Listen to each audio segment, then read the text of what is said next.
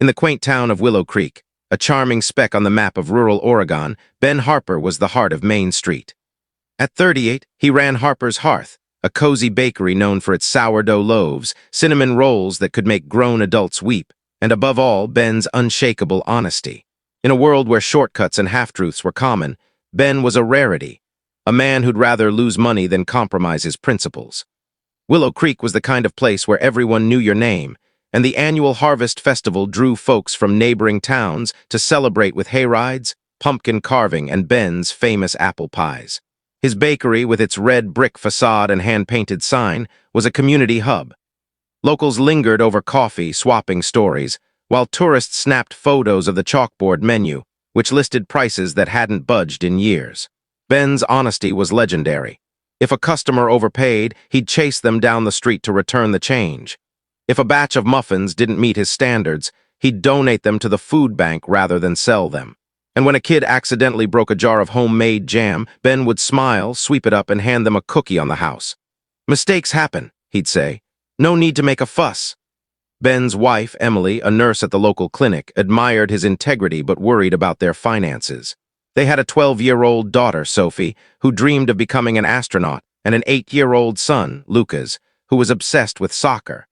With medical bills from Emily's recent knee surgery and college savings on their minds, money was tight. "You're too generous, Ben," Emily would say, half teasing, half serious. "One day your heart's going to bankrupt us."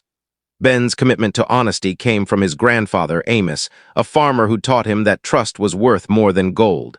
Amos had passed away when Ben was a teenager, but his words stuck. "Be the man people can count on no matter what." Ben took that to heart, building his life and business around it. One chilly October morning, as the leaves turned gold and crimson, a stranger walked into Harper's Hearth. He was in his 50s, with slick-back hair and a suit that screamed big city.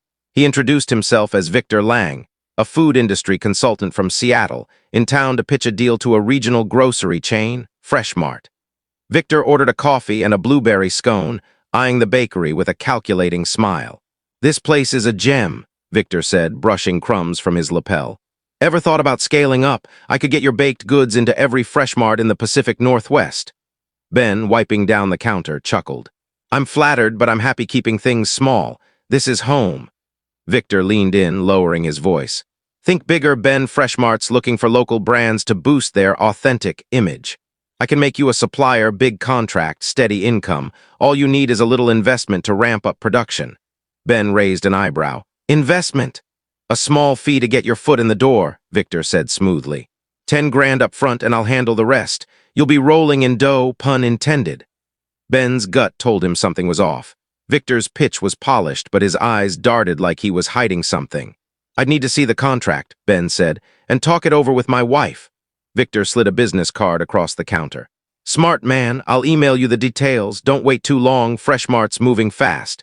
He left, leaving a half-eaten scone and a lingering sense of unease. That evening, Ben showed the card to Emily. "Sounds too good to be true," she said, frowning. $10,000 is a lot for us right now. What do you know about this guy?" "Not much," Ben admitted. "But if it's legit, it could secure Sophie and Lucas's future." The next day, Victor emailed a contract. It was dense with jargon, promising a 5-year deal with Fresh Mart for $100,000 annually, contingent on Ben paying the $10,000 consulting fee up front. Ben called a friend, Clara, who ran a diner and had a knack for spotting scams. Clara skimmed the contract and shook her head. "This smells fishy. No legit consultant demands cash up front like that. Google this guy?" Ben did, and his heart sank. A quick search revealed complaints about Victor Lang on consumer forums, small businesses claiming he'd taken their money and vanished, leaving them with fake contracts. Ben's instinct was to toss the contract, but the promise of financial stability gnawed at him. He decided to confront Victor. He found Victor at the Willow Creek Inn, sipping a latte in the lobby. Ben held up the contract. "I looked you up, Victor. People say you're a con artist. Explain why I should trust you." Victor's smile didn't waver. "The internet's full of lies, Ben. Those are disgruntled competitors trying to smear me. I've got connections at Fresh Mart. You want proof? I'll set up a meeting with their buyer, Rachel Coleman, tomorrow. You'll see I'm the real deal." Ben agreed, but he wasn't convinced. He called Rachel Coleman's office at Fresh Mart's headquarters, posing as a vendor to confirm her role. The receptionist verified that Rachel was a buyer, but when Ben mentioned Victor Lang, there was a pause. "We don't work with consultants like that," the receptionist said. "Be careful." Ben's suspicions grew. He asked his brother-in-law, Mike, a deputy sheriff, to do a background check on Victor. Mike found a history of fraud charges, though nothing had stuck. "This guy's slippery," Mike said. "If you're meeting him, don't go alone." The next morning, Ben and Mike met Victor and a woman he introduced as Rachel Coleman at a coffee shop in nearby Portland. Rachel was polished with a clipboard and a Fresh Mart badge, but something felt rehearsed. She praised Ben's bakery and echoed Victor's promises, but when Ben asked for specifics, production timelines, distribution plans, her answers were vague. "I need to see a signed letter from Fresh Mart confirming this deal," Ben said, "and I'm not paying a dime until I do." Victor's smile faltered. "That's not how this works, Ben. You pay the fee, we finalize the contract."